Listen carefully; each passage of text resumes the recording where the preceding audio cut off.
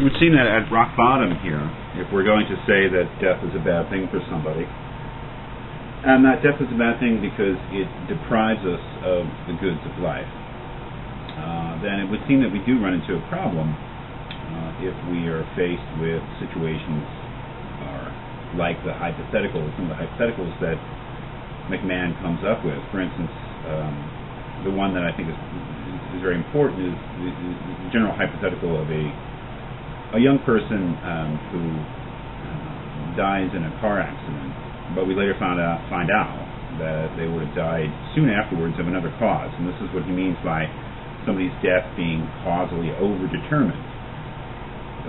That expression would apply to any situation in which if someone didn't die of one cause, they would die of another. And in that sense, our deaths are always causally overdetermined, because something's going to get us sooner or later. But here we're talking about different causes that could possibly operate around the same time.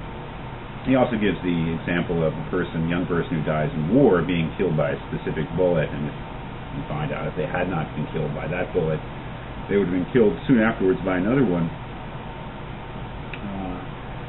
This does, on the face of it at least, seem to pose a challenge to the coherence of saying that someone's death, the badness of someone's death, consists in them being deprived of the goods that they otherwise would have enjoyed had they not died. Because in these cases, if the person had not died, they would not have enjoyed many more of life's goods, because they would have died soon afterwards by another cause. So, if a young person dies in a car accident, but we find out from an autopsy that they would have died soon afterwards from another cause, does that mean that that person's death was not tragic? Here, I think McMahan, his method here is to really say, well, we have to trust our intuitions here, and certainly it's our intuition that can't be true. That is, there's a tragedy somewhere in such a person's death, but where exactly it is and how it's to be formulated then becomes somewhat of a puzzle.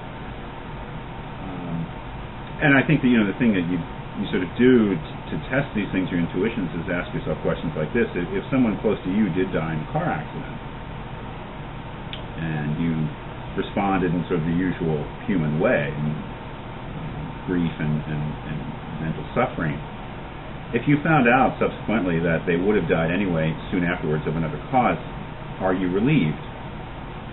We're used to hypotheticals like that, asking ourselves whether we'd be relieved by certain news.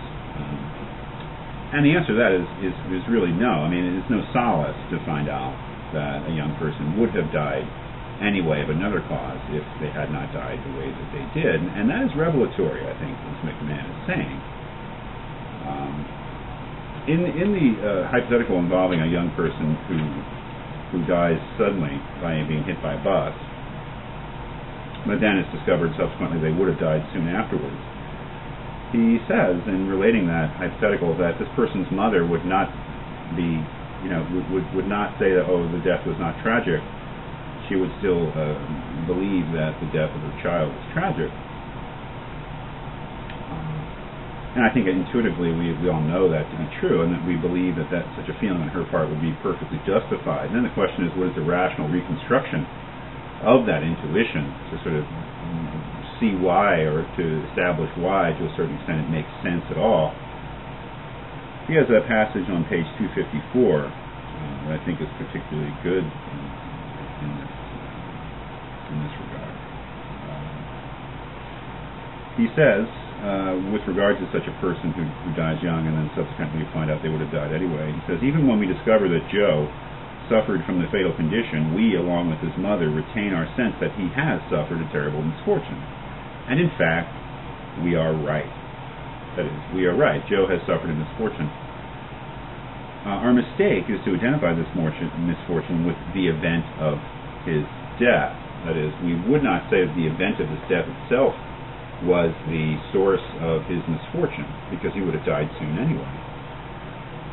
For it remains true that the event of his death was not itself a grave misfortune for him, since at most it deprived him of only 2 months of life.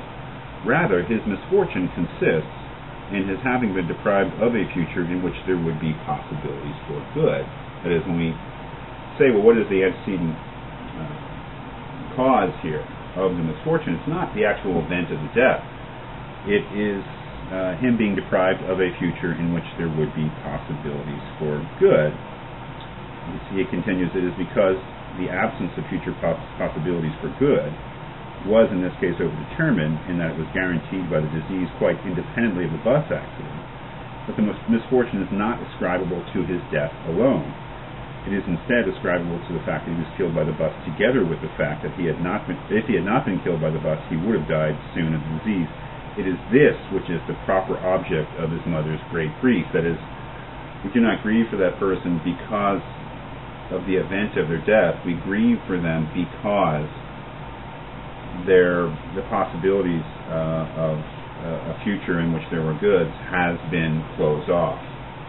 That is the object of our grief, and that is the misfortune that the person who has died has suffered. Now that explanation seems to me perfectly reasonable and does actually jibe with my own intuitions, but he himself says that opens up another whole set of problems, which we can get into in the next video.